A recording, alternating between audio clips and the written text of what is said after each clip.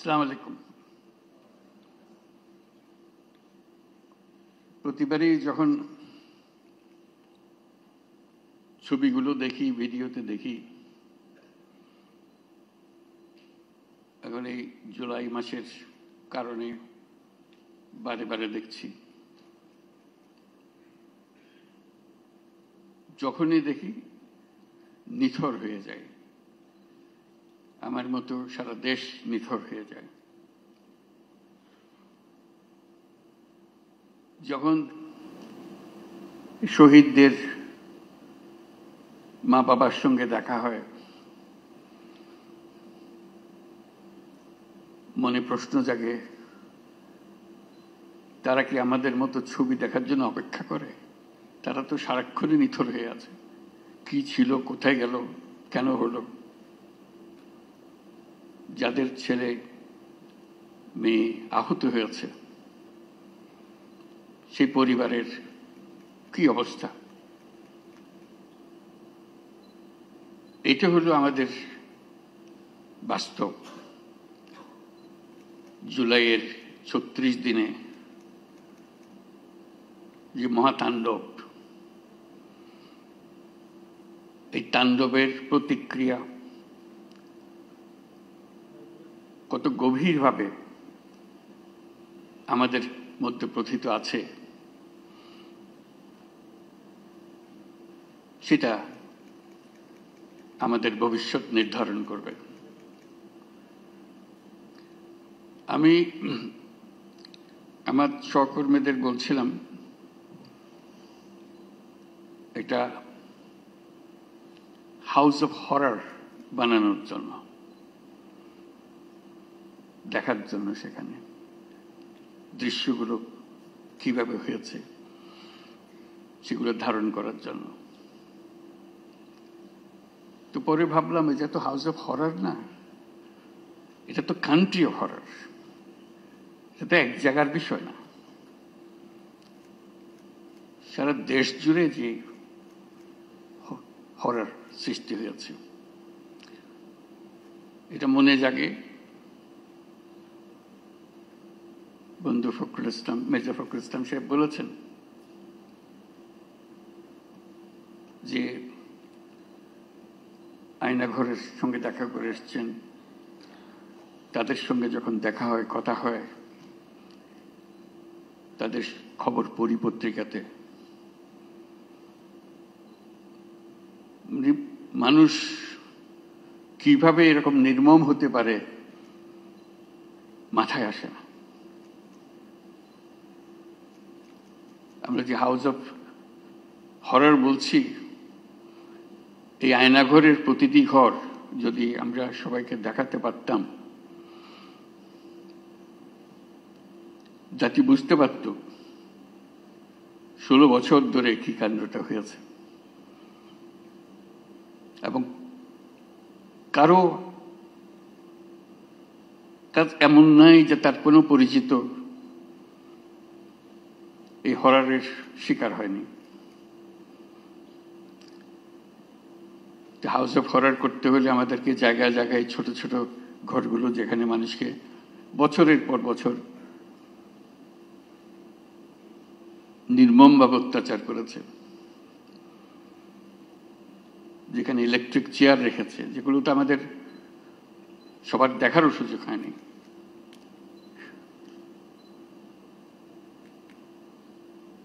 সেই কাহিনীগুলো মিলে আমরা আমাদের এই বাংলাদেশ, এখন আমাদের সার্বিক প্রচেষ্টা, এটার থেকে যদি আমরা শিক্ষা পাই, যে দেশটা আমরা গড়তে চাই, এটা মুখের ভাষার একতা না,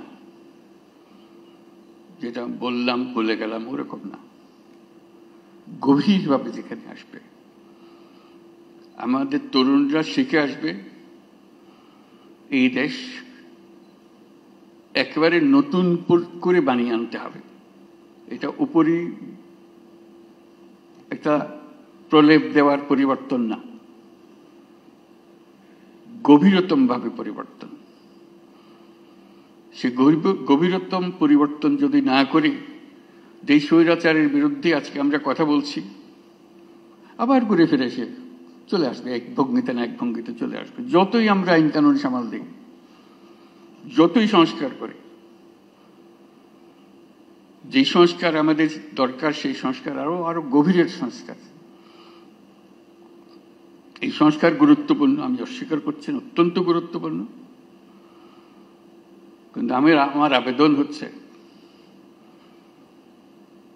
আমাদের জাতির ভেতরে এমন কিছু রয়ে গেছে যেটা যত শাস্তি দিই, যত কিছু দিই, ওইটা বোধহয় ওইটার বীজ বোধহয় আমাদের মধ্যে থেকে যাবে। এই বীজ থেকে আমরা কিভাবে মুক্তি পাই, এটি আজকের জানার বিষয়, আমাদের চ্যালেঞ্জের বিষয়। এটা কয়েকটা কাগজের সংস্কার না, এটা মনের গভীরতর জায়গার সংস্কার।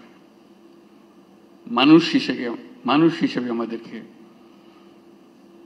নিজেদের কাছে পরিচিত করা, যে আমরা মানুষ বলতে আমরা নিজেদের কি বুঝাই সেটা করা। আজকের এই জুলাইয়ের যে শিক্ষা,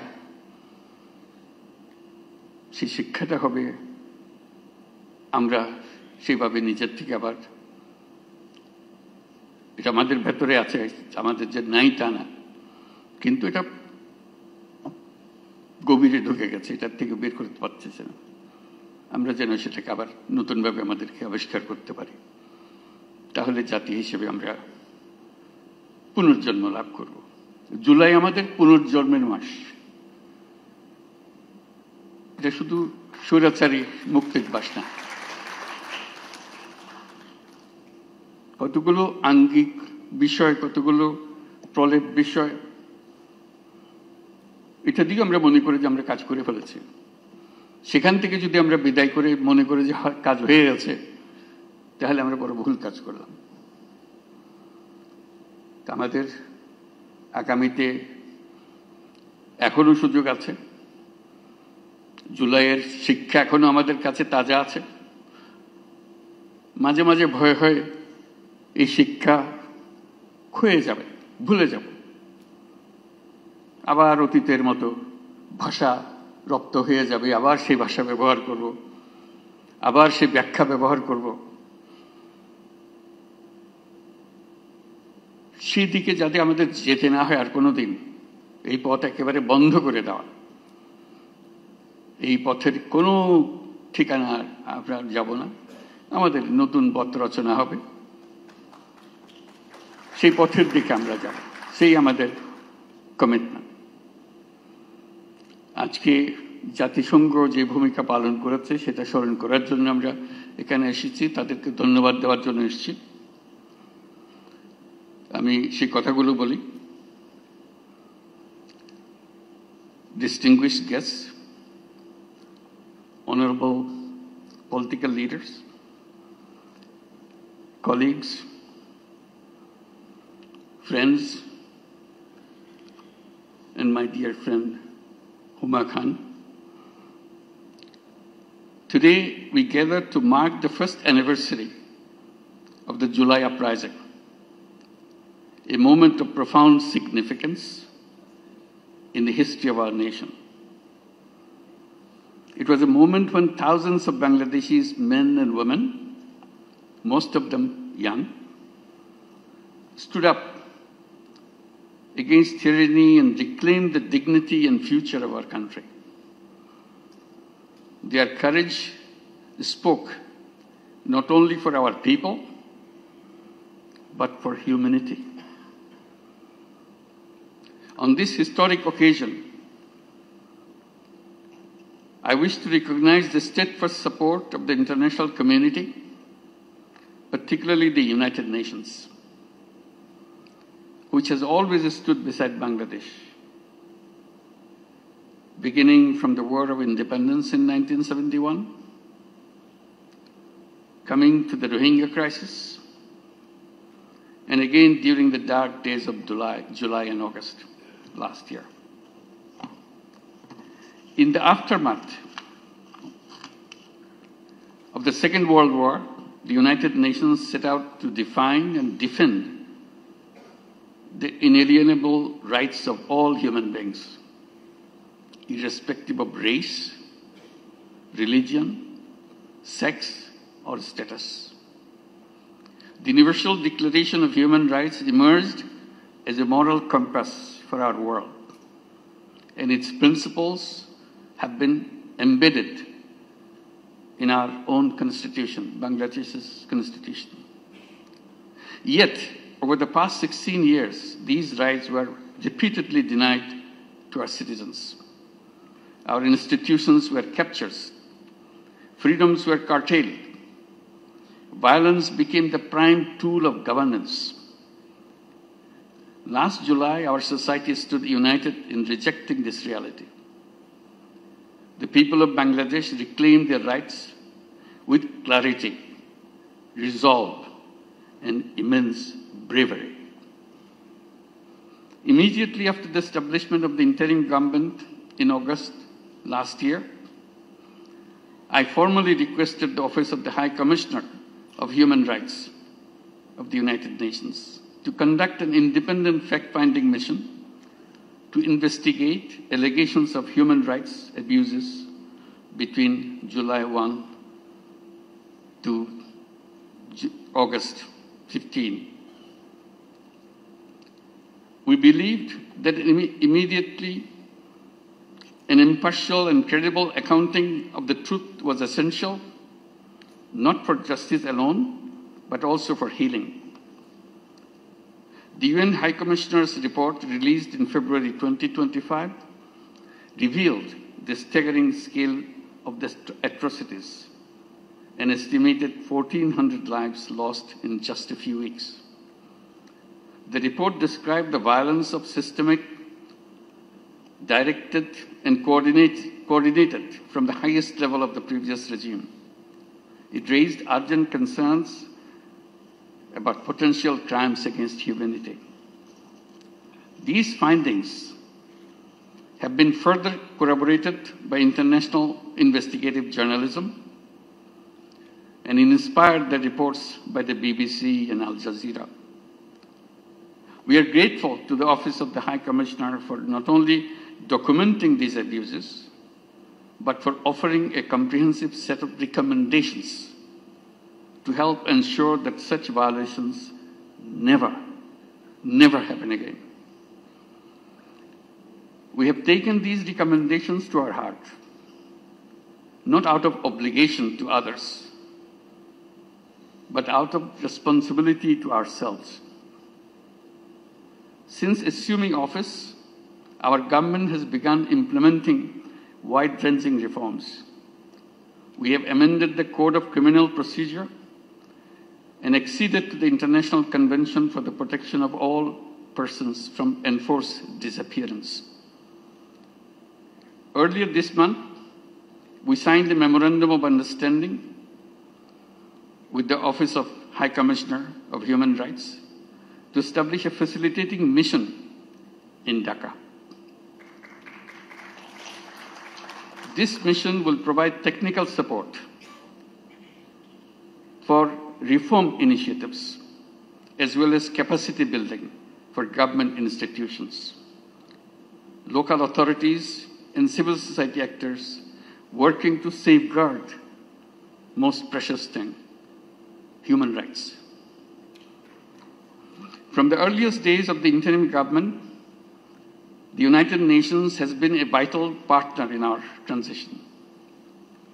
I thank the Secretary General Antonio Guterres, a wonderful friend of Bangladesh, for his unwavering support and for his solidarity and his visit to Bangladesh in March of this year.